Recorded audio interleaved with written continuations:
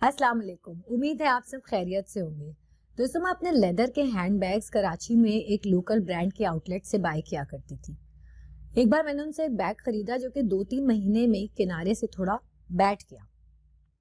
It was quite an expensive one. तो मैं उनकी शॉप पे गई और मैंने उनसे कहा कि ये बैग मेरा डैमेज हो गया है, आप इसे देखें सही कर सकते हैं। तो उनका जो रिप्रेजेंटेटिव था उससे मुझे कहा कि इस बैग की तो हालत देख के ही लग रहा है कि आपने इसको कैसे हैंडल किया है। तो मैंने उससे कहा कि आप यहाँ खड़े खड़े जजमेंट कैसे पास कर सकते हैं कि मैंने इस बैग को हैंडल सही नहीं किया, अभी तो 2-3 महीने भी नहीं हुए इसे लिए हुए ना। तो बहरहाल उसने कहा कि नहीं, ये प्रोडक्ट का फॉल्ट नहीं है और ये आपने इसको हैंडल ठीक नहीं किया और हम आई एम सॉरी इसका कुछ कर नहीं सकते। जब मैं उस शॉप से बाहर निकली तो मैंने डिसाइड कर लिया कि मैं अब इनसे कुछ भी नहीं खरीदूंगी कभी, और मैंने ऐसे ही किया। I switched to hub leather. उनसे मैंने बैग्स खरीदे और एक उसमें लैपटॉप का बैग भी था।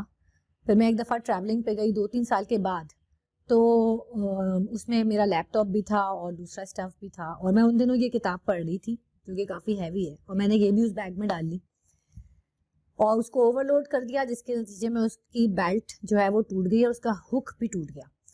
अब ट्रैवलिंग तो मैंने जैसे तैसे निकाल ली और जब मैं वापस आई तो मैं उनकी शॉप पे गई, और अब चूंकि मेरे जहन में पुराना वाला एक्सपीरियंस भी था और इस दफ़ा गलती भी मेरी थी, तो मैंने उनसे कहा कि ये जो है ना मेरी गलती से टूट गया है, अब आप देख लें अगर आप इसको ठीक कर सकते हैं।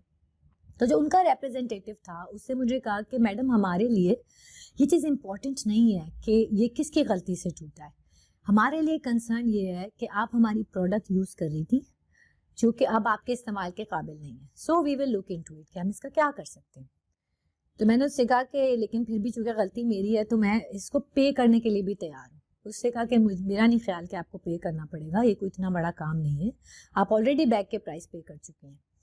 और उन दिनों मेरी तबीयत कुछ नासाज थी, मैं स्टिक लेके चलती थी, तो उसने कहा कि मुझे लग रहा है कि आपकी तबीयत भी ठीक नहीं है, आपको सिर्फ इस बैग को लेने आने की ज़रूरत नहीं है, आप अपना एड्रेस लिख दें, हम आपके घर पे पहुँचा देंगे।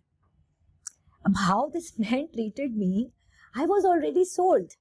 बैग सही होता या नहीं होता, खैर 1 हफ्ते के अंदर अंदर वो बैग मेरे घर आ गया, पॉलिश भी हुआ हुआ था और मुझे कोई पेमेंट नहीं करनी पड़ी उसकी। तो मैं ये सोचने लगी कि इन 2 कंपनीज की प्रोडक्ट भी एक जैसी हैं, नाम भी इतना बड़ा है, क्वालिटी भी बहुत अच्छी है, फर्क कहाँ है? फर्क है कि how they handle their customers. अब हम जब रोज़मर्रा ज़िंदगी में हम कस्टमर सर्विस से खुश नहीं होते तो हम इस तरह के कमेंट देते हैं यूजुअली कि देखो फ्रंट लाइन वर्कर्स जो हैं, या तो उनकी सिलेक्शन ठीक नहीं होती, या इन बेचारों को घरेलू प्रॉब्लम्स होते हैं, कोई ना कोई तो वजह होती है जिसकी वजह से ये हमें सही तरह से हैंडल नहीं करते और कंपनी का नाम भी ख़राब करते हैं। लेकिन इस चीज़ को ज़रा एनालाइज करते हैं, ऐसा होता क्यों है। एक एयरलाइन थी जो कि अपने फर्स्ट क्लास कस्टमर्स को लिमोजिन सर्विस प्रोवाइड किया करती थी for pick and drop from airport to the hotel and to the hotel to the airport. तो एक दफ़ा उनके एक फर्स्ट क्लास पैसेंजर को कुछ ऐसी गलत फहमी हुई और कुछ ऐसा डिस्कनेक्ट हुआ कि वो होटल के दूसरे दरवाजे पे लेमोजिन का वेट करता रहा और लेमोजिन होटल के दूसरे दरवाजे पे उसका वेट करती रही। अब राब्ता नहीं हो सका, क्या हुआ बीच में, मुसाफिर फ्रस्ट्रेट हुआ, उसने एक कैब कर ली टू द न्यूयॉर्क एयरपोर्ट जो कि सिटी से काफ़ी दूर है, और इतना ट्रैफिक था कि वो जब तक वहाँ पहुँचा तो काफ़ी डिले हो चुका था ना उसके सारे ऑपरेशंस में, और बोर्डिंग कंप्लीट हो चुकी थी मुसाफिरों की। तो उसने जाके जो है, जो फर्स्ट एजेंट उसको मिला उस पर उसने सारा स्पिल कर दिया। तो जो वो एजेंट थी उसने उसको कहा, सबसे पहले तो उसने उससे माफ़ी मांगी और उसने कहा कि सर, हम इस सिचुएशन को एनालाइज करेंगे और we will definitely contact you कि क्या हुआ था, हम आपको बताएंगे, लेकिन इस वक्त जो है ना मैं आपको स्टाफ के साथ मूव करा देती हूँ, स्टाफ लेन में मूव करा देती हूँ ताकि आपकी फ़्लाइट मिस ना हो। उसने कहा मेरी फ़्लाइट मिस ना हो, और जो टैक्सी का मैंने $70 फेयर दिया वो कौन देगा मुझे? तो उसने कहा वो मैं दे देती हूँ आपको। उससे अपना पर्स खोला, उसको $70 पे कर दिया, फ्लाइट चली गई, वो मुसाफिर भी चला गया। उसके बाद डी ब्रीफिंग सेशन में उसने अपने सुपरवाइज़र को कहा कि सर, ये $70 जो मैंने पे किए थे ये काइंडली आप मुझे रीइंबर्स करा दें। तो उसके सुपरवाइज़र ने ये कहा कि ठीक है, तुम रिसीट जमा करा दो। तो उसने कहा कि सर, रिसीट तो मेरे पास नहीं है। तो उसने कहा कि फिर हम कैसे अकाउंट्स डिपार्टमेंट में क्या बताएंगे?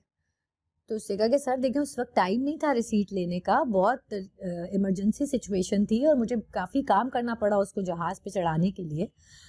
तो उसने कहा बस यही गलती थी आपकी, यही गलती थी, आप बाय बुक नहीं चली, रूल्स को फॉलो नहीं किया और ये आपके लिए बहुत बड़ी लर्निंग है फॉर द फ्यूचर। तो आपने आइंदा ऐसा नहीं करना, क्योंकि हम बैलेंस शीट को इम्बैलेंस थोड़ी कर सकते हैं। उसने कहा उसकी बात सुन ली और उसके बाद उसने अपने मैनेजर को ये बात बताई जाके लड़की ने। तो उसके मैनेजर ने सारी बात सुनने के बाद अकाउंट्स डिपार्टमेंट को एक नोट लिखा और उसने कहा कि I approve this shortfall of $70. It's okay to have asterisk on your balance sheet and it's perfectly fine to have an imbalanced balance sheet. उसके बाद उस मैनेजर ने उस सुपरवाइजर को बुलाया और कहा कि भाई आपको मैं ट्रेनिंग पे भेज रहा हूँ, जो ये है कि जब employees out of the way जाकर कुछ अच्छा परफॉर्म करें ना, तो उसको एक्नॉलेज और अप्रिशिएट कैसे करना चाहिए। आप बहुत वीक हैं इस एरिया में, आप जाएं और अपनी लर्निंग ऑफर कंप्लीट कीजिए। खैर उसके थोड़े दिन के बाद ये फ्लाइट एजेंट बैठ के अपने स्टेशन पे काम कर रही थी, तो एक शख्स आया, उसने कहा कि मैडम मैं टैक्सी करके आया हूँ लेकिन मेरे पास रिसीट नहीं है, क्या आप मुझे एंटरटेन करेंगी। उसने सर उठा के उस बंदे को देखा और अपनी कुर्सी से खड़ी हो गई और वो दोनों हंसने लगे। वो बंदा कौन था? वो उस कंपनी का मालिक था और वो उसको अप्रिशिएट करने आया था all the way long to the New York, क्योंकि उस मैनेजर ने क्या किया था कि उस मालिक को भी इन्फॉर्म कर दिया था और उस मालिक ने कहा था कि मैं इसको इस एक्शन पे अप्रिशिएट करने इसके स्टेशन पे आऊंगा। अब आप ये सोच रहे होंगे कि $70 के लिए क्या जरूरत थी मालिक को बताने की। जरूरत थी, क्योंकि ये $70 की बात नहीं थी ना, ये बात थी फ्यूचर कस्टमर रिटेंशन की। और आप समझ सकते वो बंदा कौन था? वो बंदा रिचर्ड ब्रैंसन था, वर्जिन ग्रुप का मालिक। अब वर्जिन ग्रुप जो है इसके अंडर 40 कंपनीज ऑपरेट करती हैं, more than 400 operation in 35 countries, 16.6 billion great British pound revenue generate करती है ये कंपनी।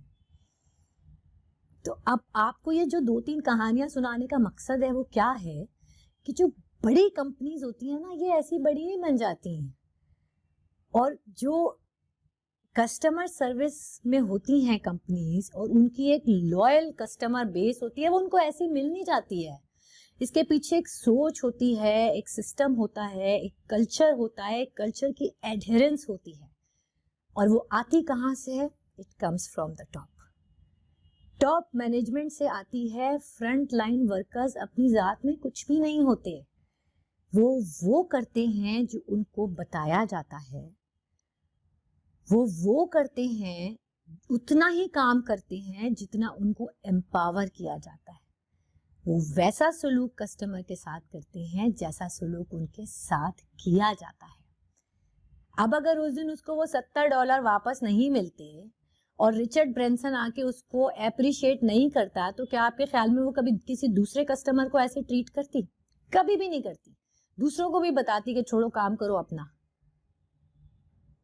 तो जो डायरेक्शन होती है that always comes from the top and execution always happens at the front line.